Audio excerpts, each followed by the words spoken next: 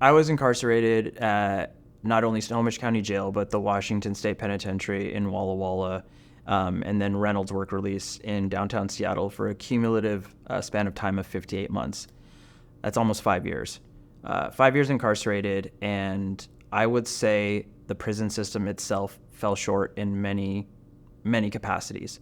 I essentially created my own program of rehabilitation when I was there. I was very blatant and open in the fact that I was an addict and I wanted help. None of that was given to me in the 16 months that I was in Snohomish County Jail, nor was it really addressed when I got to the Washington State Penitentiary. They offered AA or NA, but honestly, those, in my opinion, were just like a joke, a reason for guys to write kites to get out of the unit and just go and fuck around.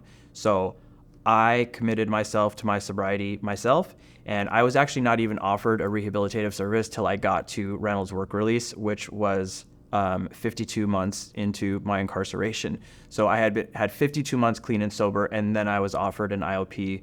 Not offered, I was forced to do an IOP at that point at Reynolds work release. I was also denied certain education because of my crime. I wasn't able to take graphic design or any other class on a computer because I had identity theft charges, and they didn't offer master's degrees because I had already had my bachelor's from the University of Washington. So I literally created my own program of reading, screenwriting, fitness. I sought out my own teachers in my fellow prisoners and my friends to teach me weightlifting and fitness.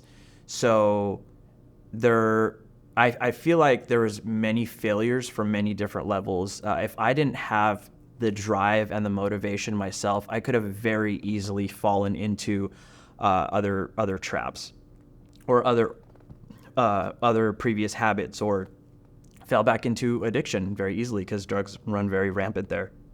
The penitentiary was offering, AA courses and things like that, and they did have some programming, carpentry and whatnot, but it was nothing that really, anything that I was really interested in, and really just I don't know.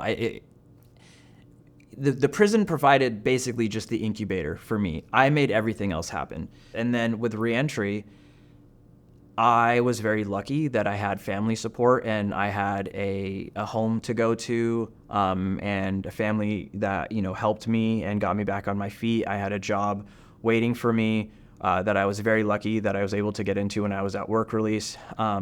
Otherwise, back then, guys would have to literally look in the phone book, in the yellow pages, and then use a payphone to make calls, and would literally have to go business to business, door to door, seeking out jobs, or go to the work source center. I think some things have changed recently, but it was very, very difficult. Like if I had just done 10 years and I got to work release and was thrown into this mix, I probably would have freaked out or got a major write-up or something, or I don't know. But it was, even for me, somebody that's very technologically inclined and had a lot of support, it was still very, very stressful.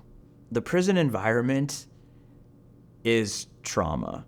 Like, yes, it was an incubator for me, but it was also trauma. It's very traumatic, and you have hundreds, thousands, millions in this country, right, that go through it.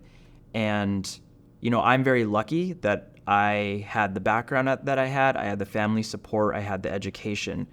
Most of the humans going through the incarceration system don't have that. And I really still struggled when I got out with emotional issues. I had trouble being in public spaces. I had trouble making decisions. I got analysis paralysis all the time. I got stressed out way easier. I went through my own bout of depression. I had moments when I really struggled, even when I had all that support. So I'm thinking about all the other humans that get out that don't have that support, that didn't just do 5 years, that did 10 years, that did 20 years, and they're coming out to a completely different environment.